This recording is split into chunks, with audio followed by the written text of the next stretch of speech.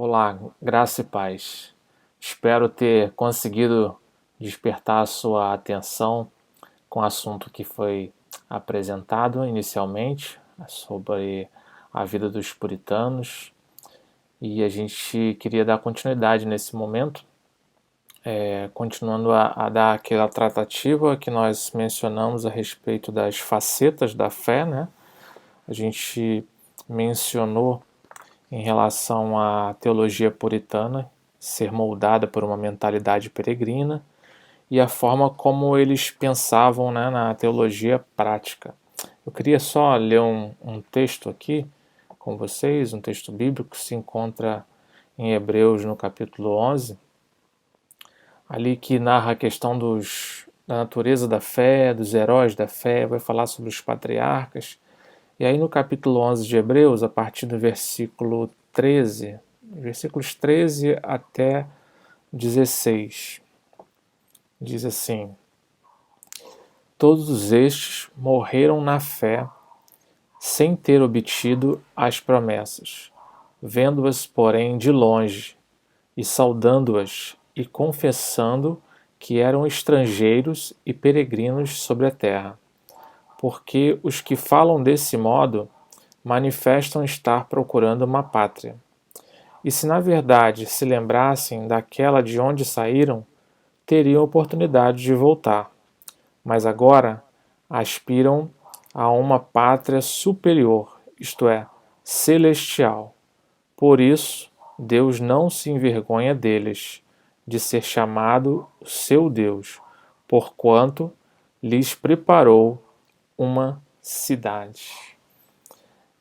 Nesse momento, nós vamos falar, como nós havíamos prometido inicialmente, no primeiro vídeo que eu deixei gravando acerca desse pensamento de trazer essas reflexões dentro da teologia puritana, teologia reformada, aquilo que nós chamamos de doutrina para a vida.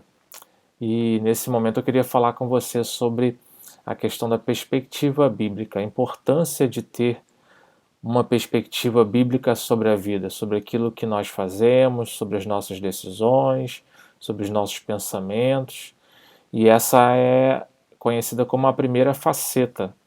Primeira faceta, faceta número 1 dos puritanos, né? Ter uma perspectiva bíblica sobre tudo, seus pensamentos estarem permeados em relação a essa perspectiva bíblica, a Bíblia fazendo ali um prisma de tudo aquilo que eles pensavam, de toda a sua visão acerca de mundo, aquilo que hoje nós cunhamos chamar de cosmovisão. Como era a cosmovisão dos puritanos então? Ela inicia com a faceta número 1, com a perspectiva bíblica. E aí, na expressão de John Bunyan, que escreve Os Peregrinos, o livro Peregrino, importante para nós mencionamos sobre ele anteriormente, e ele fala que o mundo, nessa expressão para John Bunyan, é uma feira de vaidades, e o cristão, que é o personagem principal do livro, precisa passar pelos portões do mundo, mas enquanto passa, precisa se distanciar constantemente de suas influências ímpias. Essas influências ímpias são poderosas porque a carne do cristão anela por aquilo que é mundano, e Satanás o seduz com os prazeres do mundo. Na condição de peregrinos, os cristãos precisam viver então para a glória de Deus, apressando-se rumo à cidade celestial na expectativa da vinda do reino de Cristo, assim como nós lemos o texto de Hebreus nesse período dos versículos 13 a 16 do capítulo 11. Então, falando diretamente sobre essa questão da faceta bíblica, o autor dessa teologia, ou os autores, eles mencionam o seguinte: ter uma perspectiva bíblica é conviver conforme foi determinado pela palavra de Deus. Os puritanos eram pessoas das Escrituras Sagradas, as quais consideravam como um único livro vivo. Eles amavam, viviam, respiravam as Escrituras, regalando-se ou se alegrando no poder que acompanhava essa palavra, o poder do Espírito. Eles consideravam os 66 livros das Escrituras a biblioteca do Espírito Santo, a qual lhes havia sido deixada graciosamente. Eles viviam as Escrituras como Deus falando a eles, como um pai fala com seus filhos. Eles viviam a palavra como verdade em que podiam confiar e descansar por toda a eternidade. Eles viviam que pelo Espírito, eles viam, né, que pelo Espírito ela tinha o poder de renovar a sua mente e transformar a sua vida. Então, esses cristãos puritanos, né, eles tinham a palavra de Deus como o centro do seu conhecimento, né, seu manual de fé e prática, como nós cunhamos falar, né, mencionamos que os evangélicos têm essa verdade no coração, são ensinados desde de criança, e nós vemos que muito disso se perdeu ao longo do tempo, né? O crente, o próprio crente, tratar a sua vida espelhada na palavra de Deus, ou seja, a palavra de Deus, ter a direção, ter as respostas, né? Ter as dicas para o dia a dia, sempre olhando por uma perspectiva bíblica em relação à vida. Então esses puritanos liam, eles ouviam, cantavam acerca da palavra de Deus com prazer e encorajavam os outros a fazer o mesmo. Isso era comum dentro de uma comunidade puritana, se sentarem, lerem, fazerem a leitura da palavra de maneira coletiva, cantarem as escrituras, né, algo que está sendo renovado nesses dias, né, alguns grupos. Hoje nós temos aí o Projeto Solas, que tem trazido essa restauração de pensamento em cerca de cantar a palavra de Deus, né? Temos visto que a música cristã em si, principalmente de cunho evangélico, ela cresceu muito nos últimos dias, né? Ela alcançou aí a recorde de venda, porém nós temos visto também que o conteúdo, né, conteúdo bíblico daquilo que se canta hoje em dia é muito raso, né? São muitas expressões repetidas, na maioria com um cunho positivista, que tudo vai dar certo, que a vida cristã ela exclui o sofrimento, que nós teremos vitória acima de vitórias, porque somos servos de Deus, e isso vende, né? Coloca-se uma roupagem bonita, uma boa melodia, uma boa voz, e a gente consegue vender bem esse tipo de música, infelizmente abandonando aquilo que era o princípio, principalmente aqui desse período do século XVI, XVII, dos puritanos, de cantar as escrituras, né? Por isso é importante, hoje se mantém, principalmente nas igrejas de tradição histórica, que a gente chama de igreja batista, as igrejas congregacionais, as igrejas presbiterianas, até mesmo nas Assembleias de Deus, os seus hinários, né? Então esses hinos que foram escritos por homens dessas épocas, né? Homens que viviam as escrituras. Então você pega os cânticos dos salmos e hinos, do cantor cristão, da harpa cristã, e a gente vê a profundidade daquilo que é cantado, daquilo que foi expresso ali por aqueles homens. Então eles viviam dessa maneira e encorajavam os outros a viverem assim, as crianças também, até bem no início da nossa infância, né, da minha geração, ainda tínhamos esse hábito nas igrejas das crianças aprenderem a memorizar versículos bíblicos. Eram feitas algumas gincanas, brincadeiras com as crianças, para que as crianças praticassem reconhecer hoje, saber onde que se encontrava cada livro da Bíblia, né, qual assunto. Hoje dificilmente a gente tem esse tipo de prática, até porque os jovens, adolescentes, crianças da nossa geração já nem têm contato com a Bíblia, né? Hoje eles têm mais os tablets, os smartphones, mesmo com os aplicativos ali, né? Não traz para eles essa vivência, essa prática de manejar bem a palavra de Deus. Então a gente vai perdendo isso geração após geração. Então quer ver um versículo, é citado um texto, vai lá, clica o botãozinho, clica na tela, abre o texto, ele não tem aquele hábito de folhear a Bíblia. E a gente vai perdendo essa cultura, essa tradição, isso que era tão positivo, né? Passar pelos textos, né? Folhear as escrituras. E isso é visto aqui. Então um dos puritanos, Richard Greenham, de 1542, ele sugeriu 8 maneiras de lermos as escrituras. Muito interessante e muito relevante para nós nesses dias. E aí ele pontua dessa maneira: para lermos as escrituras é necessário haver diligência, sabedoria, preparação, meditação, conferência, comunhão com outros crentes, né? Ninguém foi feito na vida cristã para viver como uma ilha, isolado, né? Mas em comunhão com os irmãos, né? De forma coletiva, desenvolvendo cada vez mais e mais comunhão, com fé, com prática e oração.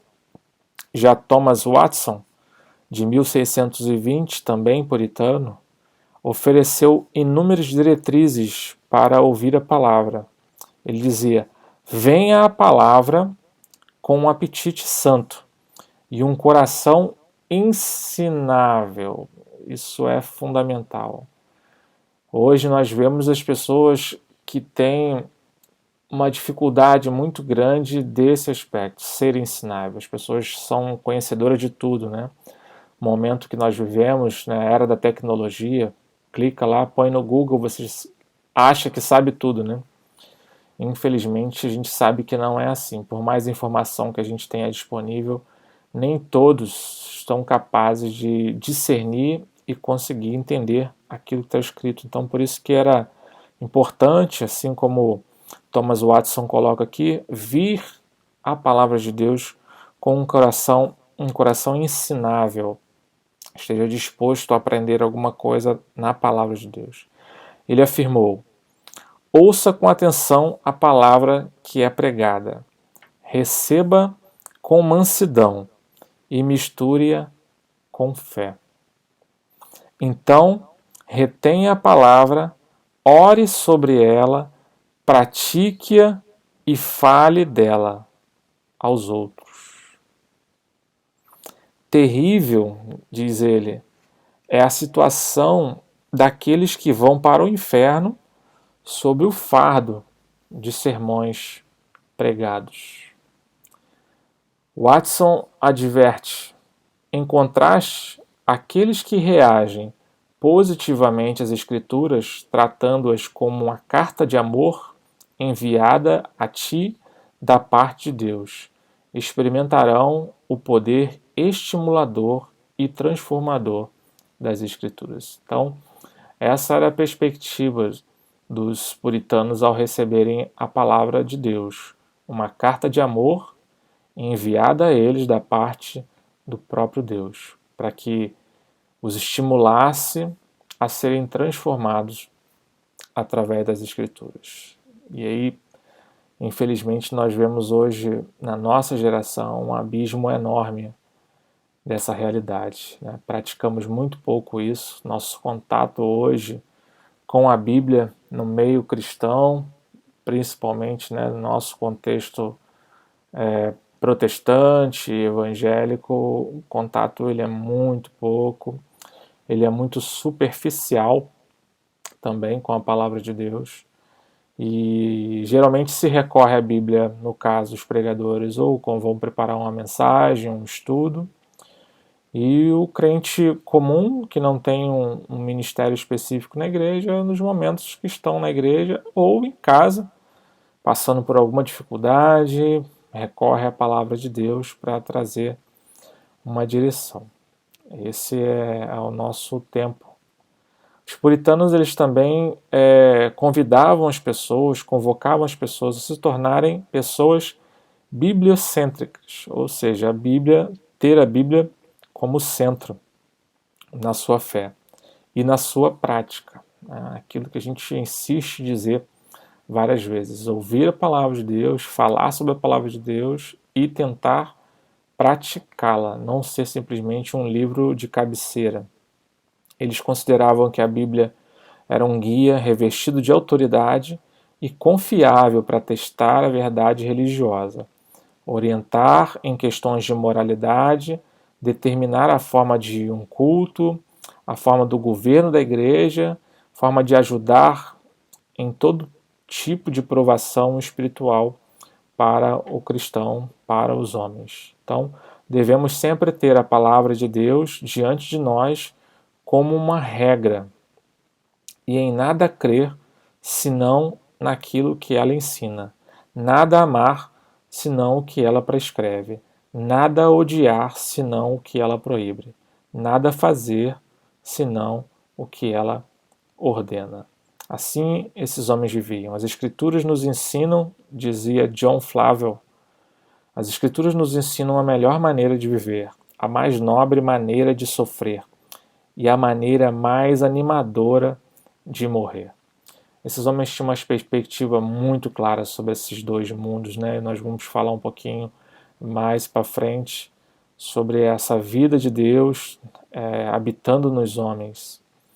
Os pregadores puritanos, então, deram exemplo para essa perspectiva de vida ao fundamentarem suas mensagens na palavra de Deus. Todos eles tinham essa cultura, tinham essa visão de ter a palavra de Deus primeiro como a palavra de Deus, né, as Escrituras, né, sem fazer seleção de textos que gostavam ou não. Né. Hoje a gente vê dentro das nossas igrejas as pessoas com condição ou com coragem para dizer, não, isso eu gosto na Bíblia, isso está escrito aqui, mas é difícil, isso aqui eu não concordo. Né? As pessoas hoje têm essa ousadia de questionar e de discordar aquilo que a palavra de Deus tem a dizer. Esses homens não tinham essa posição, esses homens e mulheres, né, tinham essa postura diante da palavra de Deus. Para os puritanos, então, o sermão não está apenas apoiado nas Escrituras, ele existe bem literalmente dentro da palavra de Deus. O texto não está no sermão, mas o sermão está no texto. Em poucas palavras, ouvir a um sermão é estar na Bíblia. Por isso que nós temos, vindo dos reformadores, dos puritanos, essa cultura da pregação expositiva, ou seja, o texto bíblico pregar. Depois de muito tempo, nós temos visto as mensagens, muitos sermões, são sermões hoje pregados nas igrejas que são sermões de autoajuda, são sermões textuais. Pega-se o texto para servir de apoio ou de muleta, ou seja lá como quiserem chamar, para tratar de assuntos outros. O texto bíblico ele é simplesmente um apoio, tanto é que a maioria dos pregadores hoje, de várias vertentes, eles leem o texto, anunciam o texto, dizem o nome o tema do sermão e vão embora. O texto bíblico ficou para trás. E no meio disso tudo começa a citar vários outros textos. E quando você sai daquele tempo ali de um estudo bíblico ou de uma pregação, você não sabe qual era de fato o texto que sustentava aquilo que foi falado, porque os textos eles foram usados de forma aleatória para dizer aquilo que o pregador queria dizer, não aquilo que Deus tinha a dizer. Infelizmente, muito daquilo que os puritanos fizeram, a herança que deixaram para nós, hoje estamos tentando de alguma maneira, né, muitos pregadores, muitas linhas, né, visões teológicas, alguns pastores, algumas igrejas, tentando trazer de volta essa herança doutrinária, essa herança teológica, bíblica, para uma vida prática novamente. Esses pregadores puritanos conheciam profundamente a sua Bíblia. Eles memorizavam centenas, se não milhares de textos, sabiam qual texto deviam citar para praticamente qualquer necessidade. Havia uma familiaridade pessoal e de longa data com a aplicação das Escrituras. Era um elemento chave da índole ministerial puritana. Então, esses homens conversavam acerca da Bíblia com facilidade né? Os temas iam se desenvolvendo e eles iam citando os textos que se enquadravam dentro das situações devido a essa vida prática diante das Escrituras, devido à forma como eles se estavam atrelados com as verdades das Escrituras. Então, em sua maioria, estes pregadores puritanos eram bem versados também nas línguas bíblicas e nos estudos clássicos, mas eles também tinham uma convicção da necessidade que os homens de serem regenerados, não de semente perecível, mas imperecível, pela palavra de Deus que vive e permanece, e aí citando 1 Pedro, capítulo 1, versículo 23. Eles estavam persuadidos de que o Espírito Santo operava e opera por meio das Escrituras, a fim de deixar a verdade perfeitamente clara aos pecadores. Os próprios padrões de pensamento dos puritanos estavam permeados pelas palavras e expressões da Bíblia. Hoje a gente vê pessoas pedindo a pastores: pastor, ora por mim, né? Pastor, diz isso para mim, pastor, tive um sonho assim, não tem condição de se relacionar com as verdades eternas de Deus, porque não tem contato com a palavra. Então, estão sempre se apoiando na fé do outro. E há aqueles hoje que incentivam isso, né? Pregadores televisivos aí que nós conhecemos das igrejas modernas, não, se você não tem fé para crer nisso, né? Infelizmente, isso estou narrando algo que eu vi. Se você não tem fé para crer, apoie a sua fé na minha fé, que Deus vai resolver, que Deus vai te responder, né? Triste a gente ver isso, mas é uma realidade dos nossos dias. Então, como podemos explicar essa maravilhosa compreensão das Escrituras, senão que esses teólogos eram pastores com profundo conhecimento da palavra de Deus? Esses homens estudavam a Bíblia diariamente, caindo de joelhos enquanto o Espírito de Deus fazia a palavra arder em seus corações. Depois disso, à medida que escreviam ou pregavam suas mensagens evangelísticas, uma passagem bíblica após a outra vinha à sua mente. É algo que acontecia de forma natural, né? Se debruçavam diante da palavra, choravam diante da palavra, se humilhavam diante da palavra. O resultado prático era que quando pregavam, quando abriam a palavra de Deus para falar acerca das verdades eternas, Deus agia de maneira poderosa, sobrenatural, e fazia tudo aquilo que estava no coração de Deus, né, para as suas igrejas. Então, à medida que pensamos e falarmos e agirmos mais biblicamente, nossas mensagens terão mais autoridade, nossas conversas se tornarão mais frutíferas, nosso testemunho será mais eficaz e o nosso modo de vida será mais distinto. Então, para você, né, que é um crente já no Senhor, talvez se pergunte: por que não consigo orar? Por que não consigo ler a palavra de Deus? E aí as respostas estão aqui, né? Na medida que nós falamos, né, na medida que nós agimos biblicamente, né, alinhados com a palavra de Deus, essas coisas tendem a acontecer naturalmente na nossa vida. E à medida em que nós nos afastamos dessa prática, dessa vivência com a palavra de Deus, também teremos dificuldade de caminhar, de ter um pensamento de fé, de reagirmos positivamente a independente das circunstâncias. Nosso problema atual, então, o autor coloca aqui, é que nosso pensar não está alicerçado nas Escrituras. Um cristianismo irrefletido só pode produzir um cristianismo fraco, ou seja, um cristianismo que não reflete a palavra de Deus, ele se torna um cristianismo fraco. E também, consequentemente, um cristianismo carnal. Seja em virtude da ignorância das Escrituras, seja em virtude de uma distorção das Escrituras, para que estas se adaptem aos nossos desejos, é o que nós mais temos visto, né? Mencionamos aqui: eu quero aquilo que a palavra de Deus tem para mim. O que Deus tem para me dizer, né? Como se Deus fosse nós costumamos dizer, o gênio da lâmpada, né? Ter uma resposta para cada pergunta nossa da maneira que nós queremos receber também. perdemos então nossas convicções antitéticas, né, acerca do mundo ímpio ao nosso redor. Nós temos dificuldade de ver essas realidades e como devemos nos comportar diante desse mundo, já que temos vivenciado um cristianismo tão enfraquecido.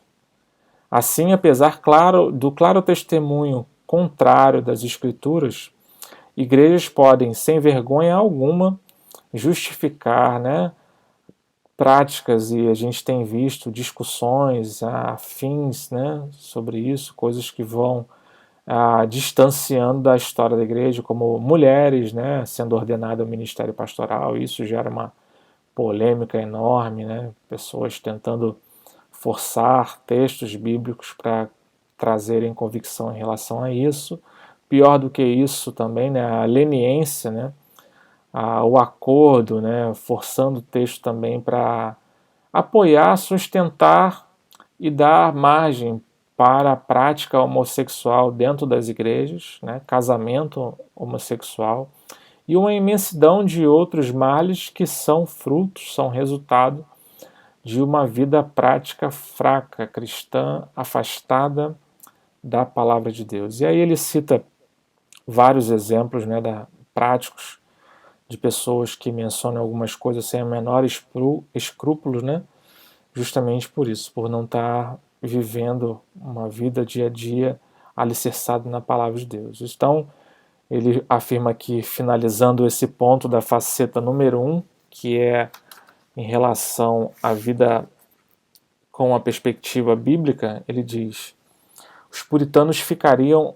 horrorizados com essas afirmações, com essas histórias, com esses pensamentos, mas temo que muitos de nós as leem sem sentir nenhum tipo de aversão, pois o secularismo não bíblico, que valoriza a autoafirmação em vez da autonegação, conseguiu, de uma maneira incrível, se solidificar em nosso meio. Então, o autor afirma aqui que o nosso cristianismo ele tem sido um cristianismo secularizado, infelizmente.